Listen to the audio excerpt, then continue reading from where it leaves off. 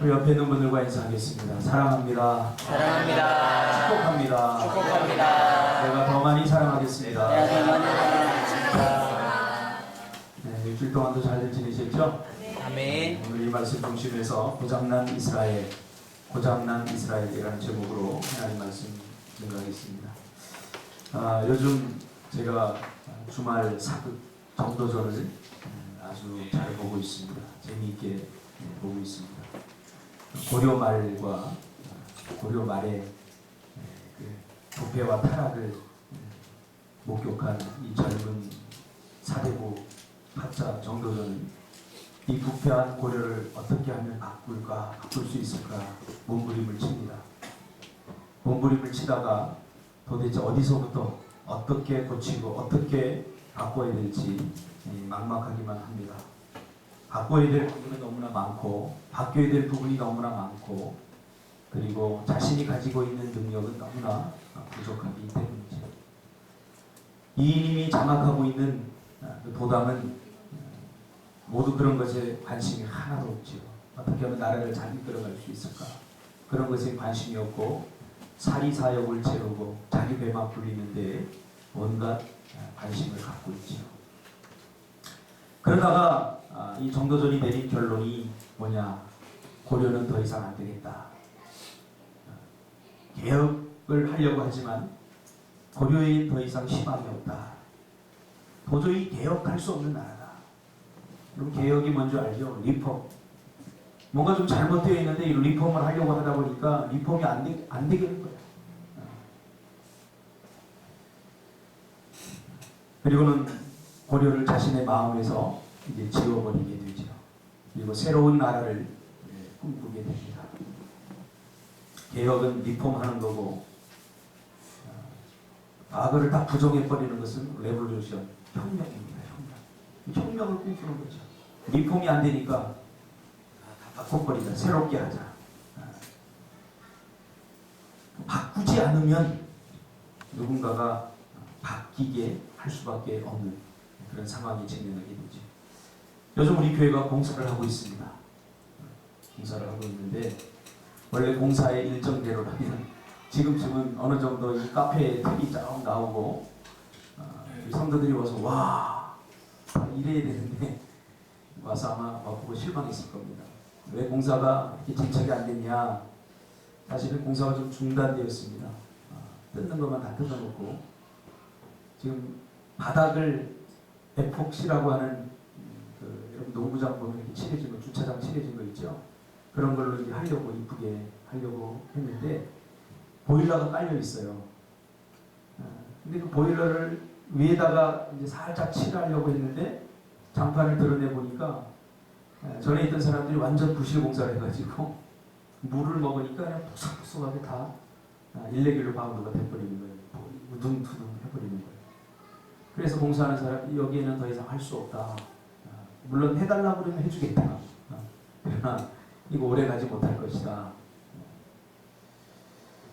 뻔한 거 아니겠어요? 거기다 발라놔봤자 이제 다 세멘트가 부서져서 이제 다 망가질 거 이제 뻔한 거죠. 그러면서 깔아달라고 하면 깔아주겠는데 그러나 책임은 못 진다. 자, 이 말이 무섭죠. 해달라면 해주겠다. 근데 제가 주장한 건 뭐냐면 당신이 여기 견적을 냈는데 이거 다 이렇게 발로 밟아보고도 하지 않았느냐. 그때는 왜 아무 말도 없었다가 뜯어보고 나서야 이걸 하느냐. 우리는 다 미리 말하지 않았느냐. 이게 푹석푹석하다고. 그래서 제가 그런 이야기를 했죠. 계속 주장하는 게 뭐냐면 해달라면 해주겠다. 그러나 책임은 못 진다. 이런 상황에서 여러분 어떻게 하겠습니까? 그냥 그 위에다가 덧칠하겠습니까? 아니면 전부 다 뜯어내버리겠습니까? 뜯어내려면 추가 공사 비용이 120만 원이 된다는 거죠. 우리 교회로서는 적지 않은 돈이죠.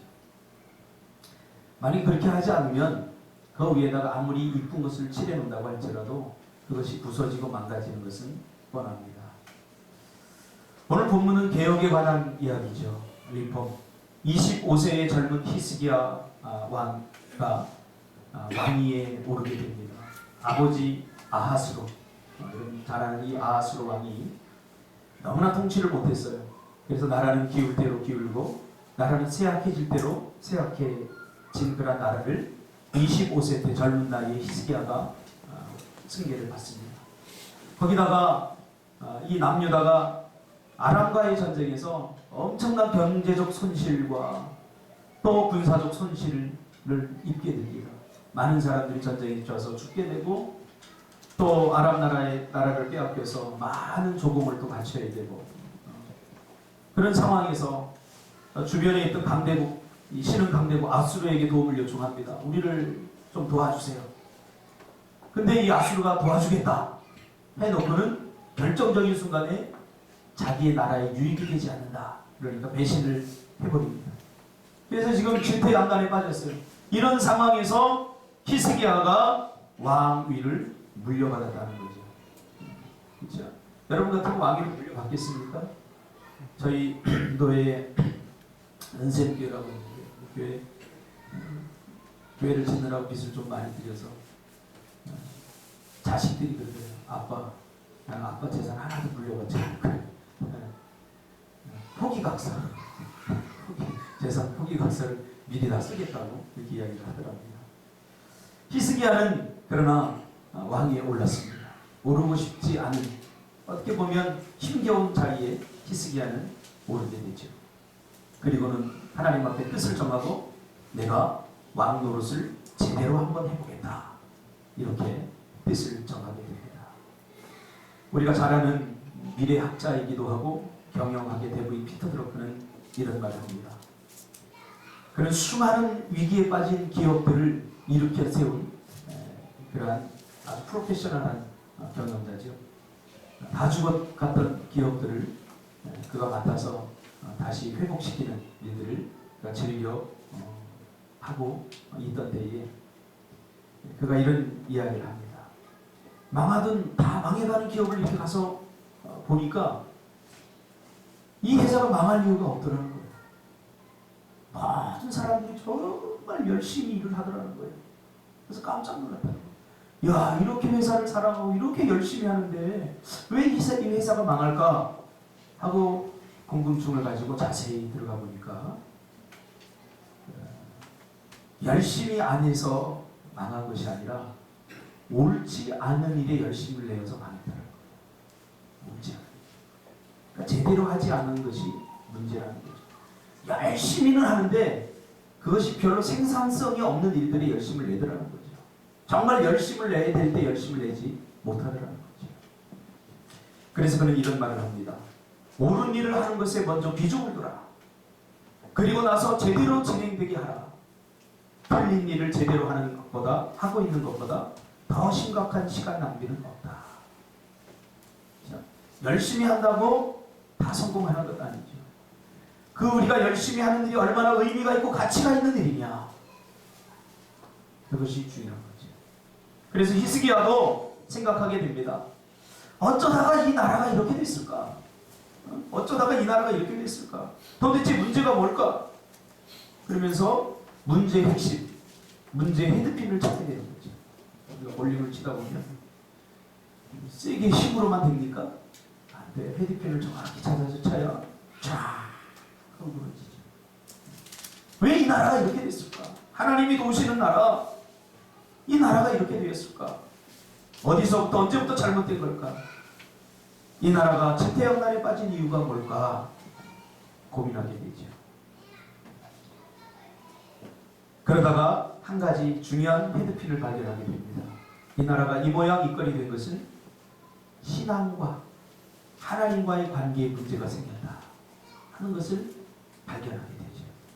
여러분, 우리가 문제가 생기면, 어떤 사건이 일어나면 우리는 보통 그 사건만을 해결하려고 혈안이 되어 있습니다. 예를 들면 물질이 부족하면 이 물질을 어떻게 채울까? 사람과 관계가 안 좋으면 저 사람과 어떻게 이 관계를 원만하게 할까? 그 문제만을 바라봅니다. 그러나 우리는 문제 속에서 하나님의 음성을 들어야 됩니다. 이 문제가 왜 생겼느냐? 왜 하나님이 나에게 물질을 부족하게 하느냐? 왜 자녀가 이렇게 문제가 자꾸 생기느냐? 자꾸 반복되느냐? 왜 관계가 자꾸 깨어지냐? 그 문제 속에서 하나님의 음성을 들어야 됩니다. 이 히스기야는 연구를 하다가 왜 우리나라가 이렇게 됐을까? 북이스라엘을 보게 되죠. 그래서 북이스라엘이 왜 망했는가? 북이스라엘이 먼저 망하죠. 이게 남녀다니까. 그러다가 열왕기하 18장 12절 말씀처럼 이는 저희가 그 하나님 여호와의 말씀을 준행치 아니하고 그 언약을 배반하고 여호와의 종 모세가 모든 명한 것을 거슬려 듣지 아니하고 행치 아니하였습니다. 핵심적 헤드핀을 발견하게 되죠. 이스라엘이 하나님을 버리고 우상을 숭배하고 더 이상 하나님을 신뢰하지 않고 신앙이 형식화되었기 때문이다 하고 핵심을 집어냅니다. 이건 뭐 히스기야만이 깨달았던 건 아니죠. 그동안 수많은 선지자들이 이 문제를 제기하고 왕들에게 이야기를 했죠. 그리고 백성들에게 이야기를 했죠. 그때마다 백성들이 뭐라고 합니까? 이렇게 항변합니다. 우리가 언제 하나님을 섬기지 않은 적이 있느냐? 우리가 언제 예배를 드리지 않은 적이 있느냐? 우리가 언제 기도를 하지 않은 적이 있느냐? 우리가 언제 11조를 드리지 않은 적이 있느냐? 우리는 여전히 지금 신앙생활을 하고 있다. 뭐가 문제일까요? 맞아요. 백성들이 말이 맞아요. 우리가 성경을 잘 읽어보면 알겠지만 이스라엘 백성들은 단 한 번도 하나님을 버린 적이 없어요. 신앙생활을 하지 않은 적이 없어요.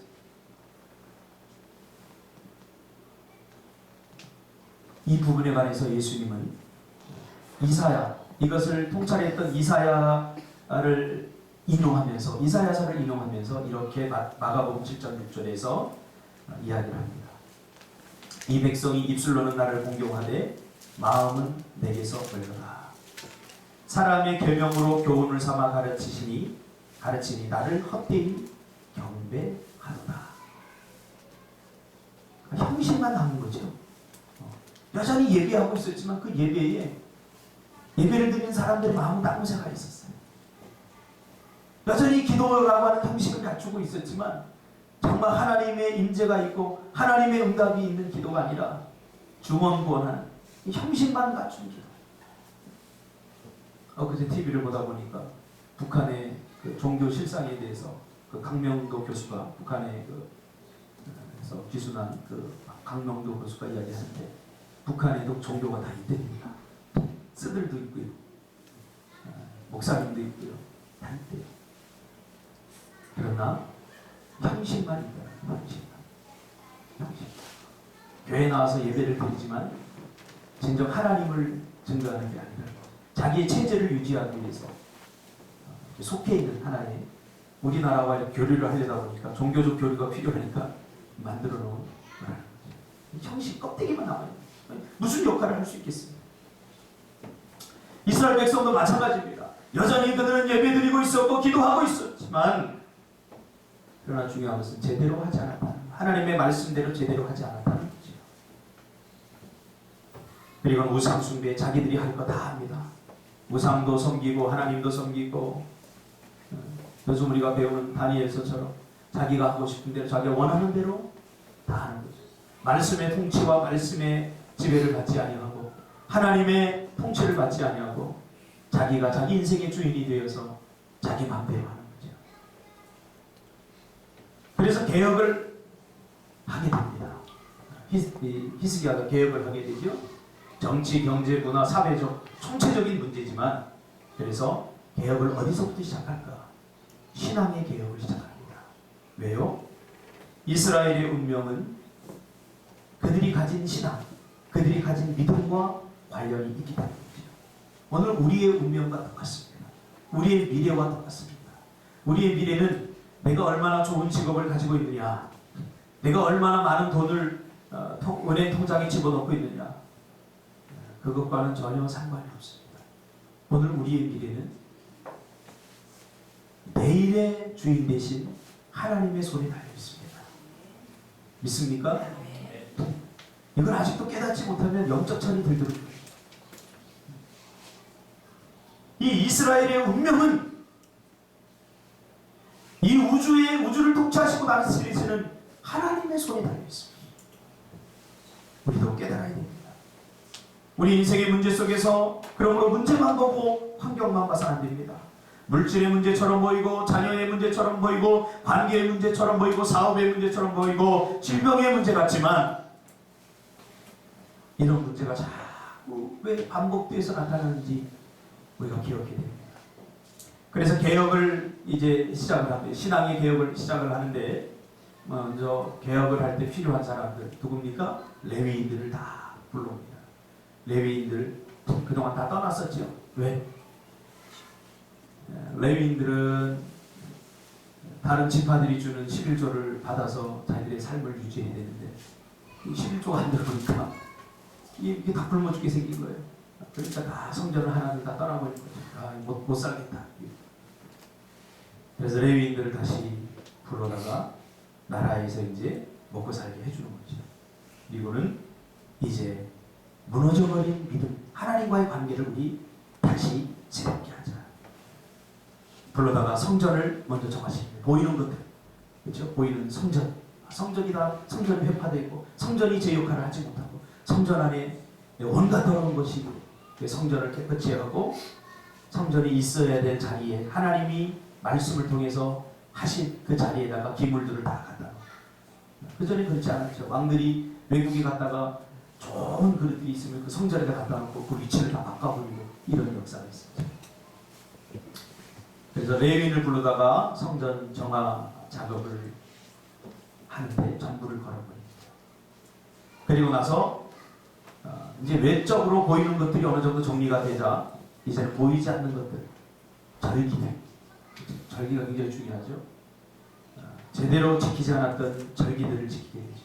그래서 오늘 본문에는 이제 성전 정화가 어느 정도 진행이 되고 이제 절기들, 눈에 보이지 않던 그런 절기들을 다시 회복하는, 다시 제대로 드리려고 하는 그런 장면입니다. 특별히 오늘 본문은 유월절을 지키는 장면입니다. 아니나 다를까 유월절을 딱 지키는 모습을 보니까 이건 뭐 좀 속된 말로 담나라군데 담나라.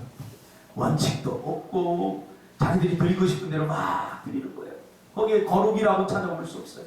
하나님의 방법이라고 찾아볼 수 없어요. 자기들이 하고 싶은 대로 다 하는 거예요. 그걸 보고 있던 히스기야가 가슴이 아픈 거지. 마음이 아픈 거지. 야, 저렇게 드리면 안 되는데, 저런 제사를 하나님께서 받으시지 않는데, 저렇게 드리면 큰일 나는데. 그렇죠? 야, 저렇게 신앙생활해서는 안 되는데. 히스기야의 마음이 아픈 거죠. 왕이 절대 권력을 갖고 있으니까 그들에게 포고문을 내리고 그렇게 하면 안 된다라고 제도적으로 만들 수도 있지만 히스기야는 그렇게 하지 않았어요. 왜? 기도하는 사람이었잖아요. 그래서 오늘 본문에 보니까 그 모습을 보고 가슴을 끌어안고 그 백성들의 잘못을 끌어안고 그 백성들의 부정함을 끌어안고 히스기야가 하나님 앞에 기도합니다. 하나님 잘못했습니다. 저들이 지금 저렇게 유월절을 지키는데 저는 저들이 저렇게 지키는 것을 몰라요. 마치 예수님의 기도가 떠오르죠. 저들은 저들이 하는 것이 무엇인지 모릅니다.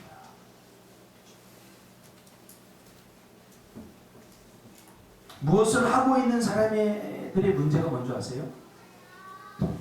무엇인가를 하고 있기 때문에 그것에 만족해서 제대로 하려고 하지 않는다. 나 하고 있는데? 신앙생활하는 사람들의 문제가 뭐예요? 하고 있기 때문에 여전히 주일날 나와서 예배드리고 여전히 기도하고 있고 여전히 헌신하기 때문에 제대로 하고 있나 이런 거 잘 물어보지 않아요. 자기 자신에. 그러나 우리는 제대로 하고 있나를 물어야 돼요. 이것이 하나님이 원하시고 하나님의 말씀에 기록되어진 그 방법대로 그 뜻대로 내가 정말로 살아가고 있는지, 그렇게 기도하고 있는지, 그렇게 헌신하고 있는지.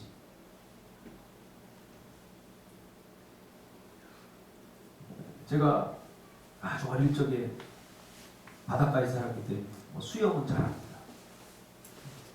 제가 충격을 받았어요. 제가 중학교 때 처음 실내 수영장을 가봤는데 인천에 와서 수영을 하는데 나처럼 수영하는 사람이 하나도 없어요. 나는 멀리는 가겠는데 자세는 안 나와. 물에는 잘 뜨겠는데 그 사람들처럼 멋지게 막 이러면서 못 가게. 중학교 때부터 제가 이 자세를 고쳐야겠다.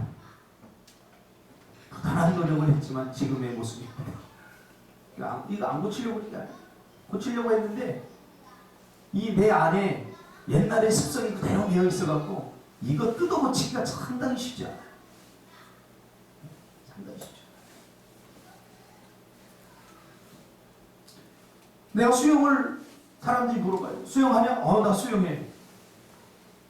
그러나 제대로 하냐라고 물어보면 저는 이 지구멍에 숨고 싶어요.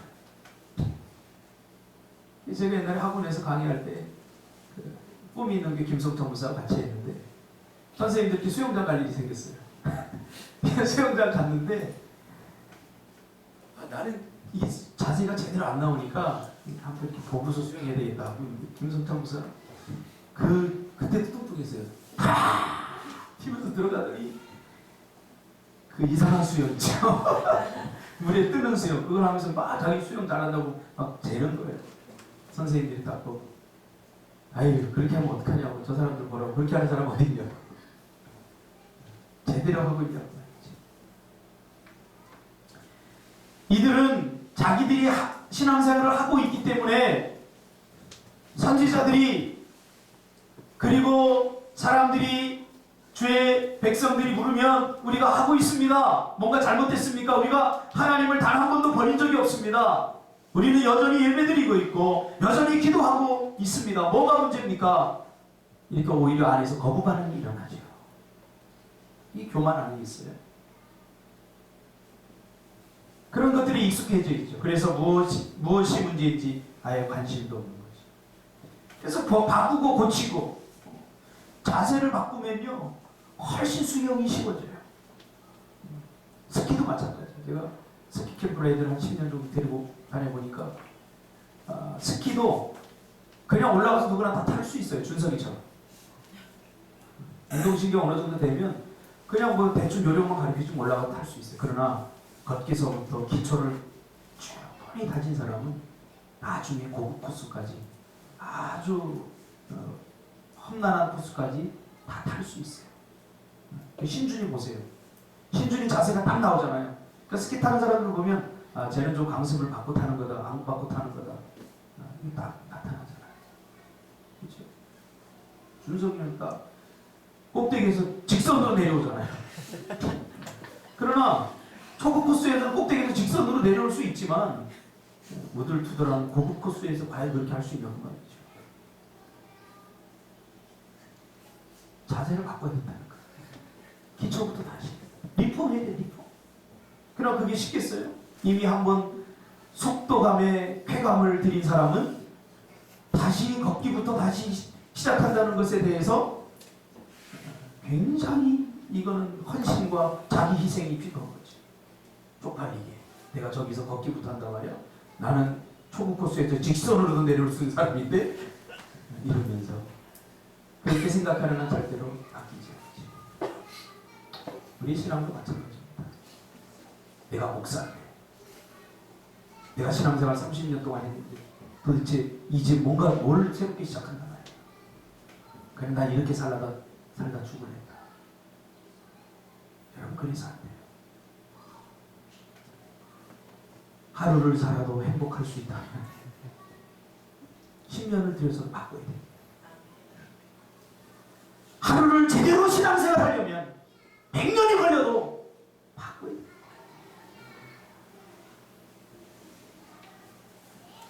그래서 레위인들을 불러다가 가르쳐주죠. 야 너희들 절기를 그렇게 드리면 안 돼. 그래서 16절 17절 이 절기 핵심은 이 6월절 핵심은 성결하게. 이 말은 뭐예요? 정결하게 하나님이 원하는 방법대로 부정하는 것을 하게 너희들 그렇게 드리면 안 돼. 그래서 그 방법을 다 가르쳐주죠. 그런데도 18절에 뭐라고 그래요? 18절에 보니까 에브라임과 므낫세와 이사갈과 스불론의 많은 무리들은 뭐라고 그럽니까? 야, 뭐 그렇게 번거롭고 까다롭냐? 뭐 그렇게 번거롭고 까다로우니 그냥 이렇게 한단다 그렇죠. 그래서 그냥 자기들 멋대로 되지. 여러분 기억하시기 바랍니다. 하나님의 은혜는 번거롭고 까다롭게 옵니다. 그래서 번거롭고 잘 못하는 사람 하나님의 은혜 잘 못 받아요. 뭐 이렇게 까다로워 그냥 뭐 이렇게 해야 되고 저렇게 해야 되고 뭐 이렇게 번거로워 뭐 해야 될 것도 많고 지켜야 될 것도 많고 이건 뭐 이렇게 많은 거야. 하나님 왜 그런 줄 아세요? 하나님 우리의 순종을 보시기 때문에 그렇게 안 해도 돼요. 내가 신앙생활 보니까 신앙생활은 진짜 번거롭고 까다롭게 하지 않아도 돼요. 그러나 우리가 신앙생활을 배울 때는 하나님의 말씀대로 순종해야 돼요. 이렇게 가면 직선거리인데 왜 이렇게 뺑 돌아서 40년 동안 가게 했을까요? 하나님은 뭐 다 아시는데 이렇게만 빠른데 왜 이렇게 돌아서 가시게 했을까요? 왜 번거로운 길을 택하게 하시고 왜 번거롭고 까다롭게 구실까요? 여러분 신앙생활 처음 하면요 하나님 되게 까다로우신 분이에요. 대충 하는 사람들은 아예 미리 포기해버려요. 왜 나는 신앙생활 못하겠다. 그러나 그 번거로움과 까다로움의 과정을 그 즐거움의 계곡을 지나고 나면 그때부터 우리 앞에 직선거리가 주어지는 거죠. 그때부터 신앙생활은 너무너무 쉽고 행복하고 휘파람 불면서 갈 수 있는 거예요. 십자가를 지고도 웃을 수 있습니다.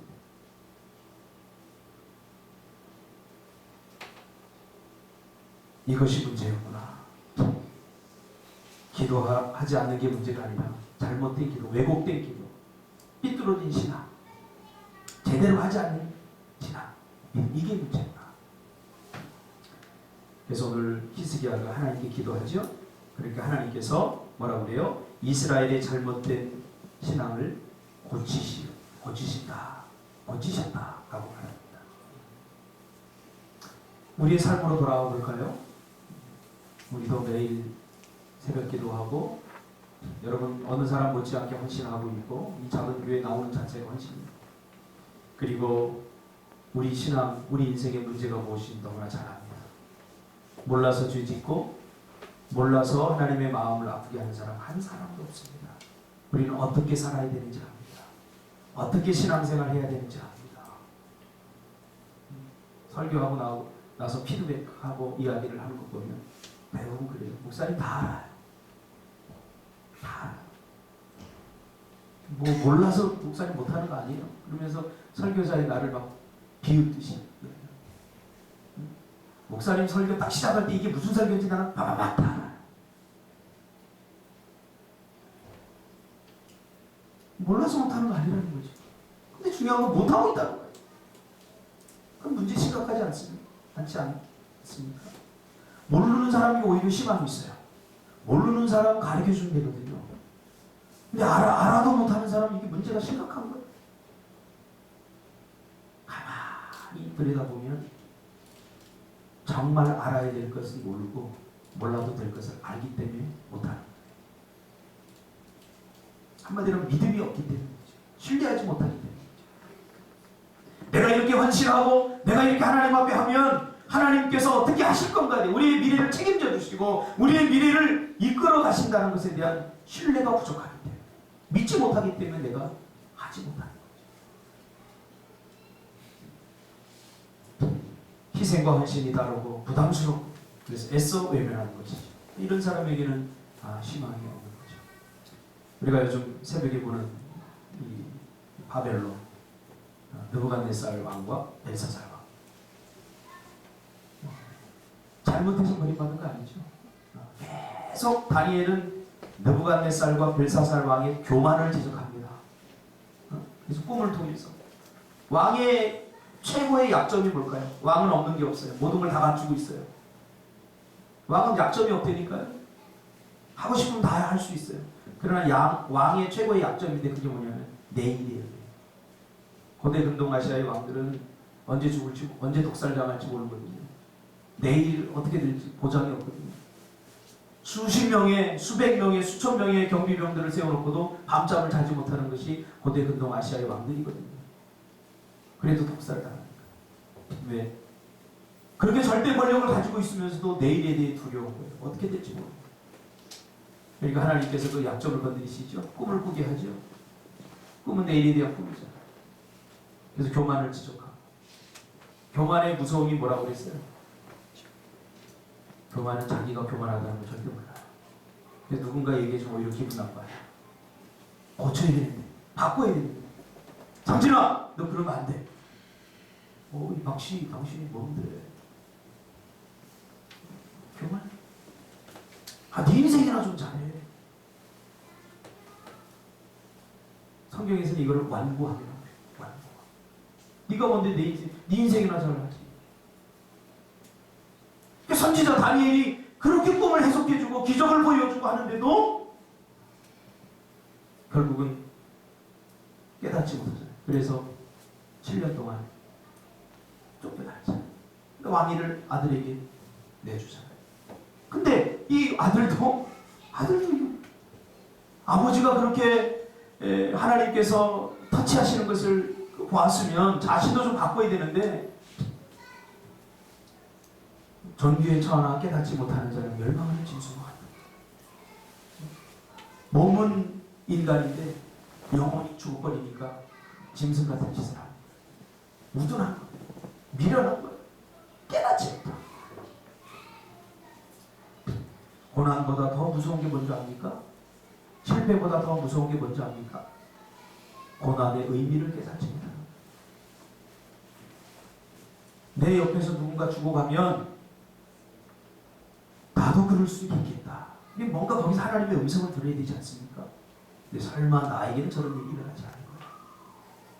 그렇게 생각하는 사람은 절대 하나님의 음성을 들을 수 없어요. 여러분, 우리의 삶을 뜯어 고치시기를 주님의 이름으로 축복합니다. 우리 봉사를 하면서 하나님이 그런 음성을 듣게 하셨어요. 야, 이렇게 해놓으니까 지금 보기에는 공사 중이라 좀 번거롭고 저도 이제 귀찮아요. 공사 이렇게 맡겨서 이제 해야지. 우리 이것도 할 때 우리가 강대상도 우리가 짜고 다 배집사 그렇지? 네. 이제 지겹지? 안 속네. 지겹지. 근데 저 공사를 하면서 하나님 그러더라고. 너는 공사할 거 없니? 여러분 공사할 거 없습니까? 뜯어 고치고 바꿀 거 없습니까?